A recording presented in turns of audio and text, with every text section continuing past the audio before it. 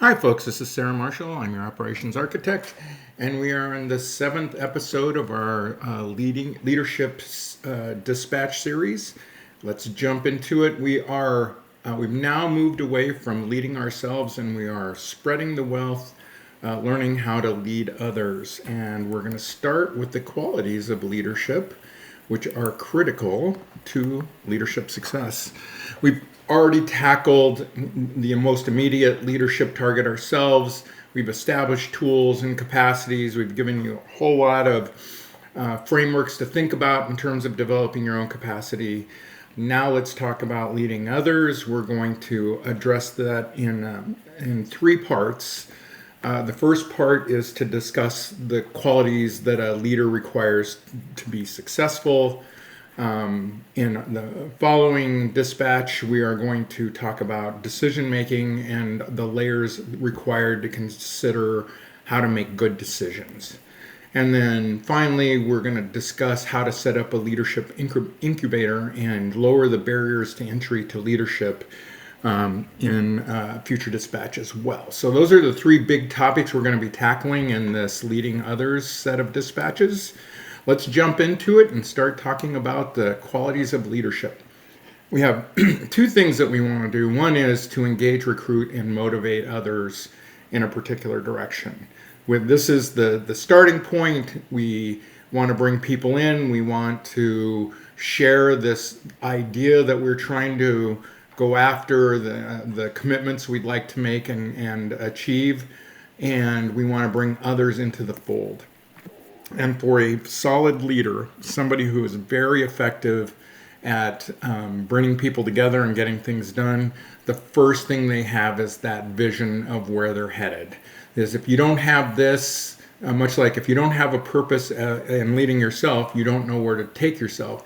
If you don't have a vision of where you want to go, you really can't inspire others to move forward. And this is truly all about inspiring others to jump in and take part. So once we have a vision and we're really clear about where we want to go, the next thing we want to have in place as a foundation is emotional intelligence. Emotional intelligence is often called EQ as a corollary to IQ. And like IQ, it's a measure of how well we do, but in this case, emotionally, in understanding others' behavior, others' drivers, others' needs, much like we understand our own, and be self-aware of how we interact with that. We need that high emotional intelligence quotient so that we can provide empathy and self-awareness as we're helping people through the emotional aspects of engaging in our vision and moving forward. Once we have delivered, or once we have that foundation of emotional intelligence, then we also want to really develop our capacity for empathy. And the way I would think about empathy is your ability to put your feet in the shoes of somebody else and walk around in their life and understand them. So that's understanding what their drivers are, what their needs are, what they need in the moment. Doesn't necessarily meaning feeling sorry for them or being overly emotional with them, but it's to understand their emotions and what is best going to serve them in moving forward with compassion and understanding. A lot of times in conversations, you're either trying to inspire them or you're getting feedback from them. If it's feedback from them, is it a call for a help? Is it a call for a metaphorical hug? Or is it a call to just hear them out? You have to be very aware of what the other person's need is in order to be on top of what they need in engagement. And that leads us to communication. With a good foundation of emotional intelligence and empathy, we set up our communications, but it's not just about feeling our audience and making sure that we're getting good communications out to our audience. It's also building the communications in a way that's both pithy and that it also speaks to the audience at hand. And not only does the communication need to be very focused and solid, but it also has to be timed right so that people can receive it, hear it, and take it in. Finally, we need to also add in delegation. And the reason why we add in delegation here is as you're engaging others into your vision and having them join in and participate with you, you are developing leaders in their own right. And to do that, you have to delegate things that you're either not great at to experts, or things that you might be good at but you just don't have the capacity for, to somebody else who can handle it. And in that delegation, give them plenty of room to grow their own leadership capability, and ensure that you are not overly taxing yourself or overly involving yourself in their work, so they can get it done as a joint leader in delivering on your vision.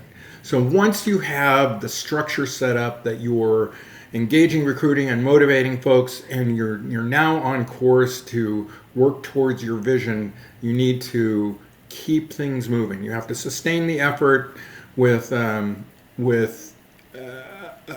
assurance towards the trajectory of success, and that takes a whole other set of qualities, the first of which is an integrity.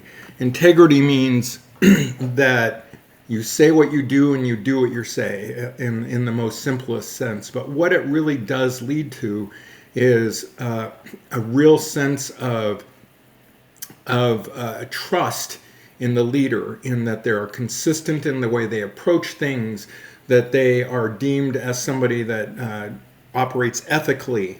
And so with that consistency and that ethical nature, people will grow to trust you, especially if you say you're going to do something and you do it.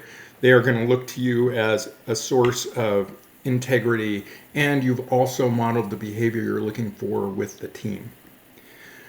Accountability we talked about in a fair amount of detail when we were talking about leading ourselves. It's no different here, it's just for a larger group. So the tracking structure you might use will be very different than the one you would use personally, but it's to the same end, ensuring that the big commitments that you're making, that you're working towards and performing at the level you expect to, and if not, that you make decisions around how you want to operate moving forward. But accountability is is as critical with the team as it is with the individual, that you hold yourself to account. Otherwise, you may end up with a lot of motion but not a lot of progress, and you want to make sure that the efforts you put in are moving you where you want to go. Decision making is so important for the leader, and it's so important to the success of things, that the next dispatch will be all about decision making and how to set up for decision making. But just to briefly talk about it here, you are going to be demanded of making decisions all along the way, and you want to make sure each one of those decisions are good decisions, and that you see the key traits there: decisive and analytical. Certainly you want to have it analytically based, and you want to be completely decisive so that people know what the next step is, but you also want to be contextual in this. In other words, you want to make all your decisions understanding how it will impact other aspects of the work being done towards your vision, and how it might impact those things. Very critical. We'll get more into that in the next dispatch. Adaptability. Things, if you have something of any complexity and any size, you're going to have problems, you're going to have frustrations, things are going to go slower than you wanted in some areas, things are going to be more difficult than you thought in other areas, and some areas you may just have a flat out failure. You need to be on top of this all the time and see the failures or the struggles as they come, so you can be flexible, shift things as quickly as possible to avoid an out-and-out total failure, but learn from it and move into the next thing you need to do to move towards success. This is something that you will be dealing with throughout however long your vision is. If it takes a year to get to or 20 years to get to, you're going to have to be adaptable in order to get to your vision. Which leads us to the last one, and that's resilience. You are going to encounter lots of issues and problems. You're going to run into frustrations. You're going to have moments of real struggle. to maintain your optimism and your persistence towards the goal you're trying to achieve. You need to continue to feed yourself so you're resilient, that you stay motivated, that you keep everybody on track and focused on their goals. And this, again, is something that we are going to be experiencing for the entire life of working towards a vision, whether it's for a few days or the rest of your life. So those are the big quality areas. Unfortunately, with the the structure of these dispatches, I can't really get into the how to develop these things. I'm mostly focusing on the what you need to develop. We can discuss the hows of all of the stuff that I'm presenting in future dispatches, but if I did it here, it would have turned into, instead of double digits dispatches, it would be triple digits. So we'll stick to the what. So what we've done so far is ensured that we had a viable vision, so that with that viable vision we could recruit people, bring them into the to the effort that we're trying to set up, and that we develop our leadership qualities in the process of it. Once we have that vision, then we can engage and recruit and motivate through emotional intelligence as a foundation, empathy, delegation, and very clear, crisp communications. Once we've got our team in place, then we have the sustaining efforts that we need to focus on to ensure that we continue to have positive progress towards our trajectory and eventually success of delivering on our vision. And that requires integrity as a foundation, accountability, decision-making, adaptability, and resilience. If you hone these qualities of leadership, they will not only pay off for the thing that you're doing, they will pay off in all aspects of your lives. So if you want more information on this or any other dispatch, please see my blog at www.operations-architect.com. And I hope you have a wonderful day. And as always, your feedback is welcome. Thank you so much. Talk to you soon.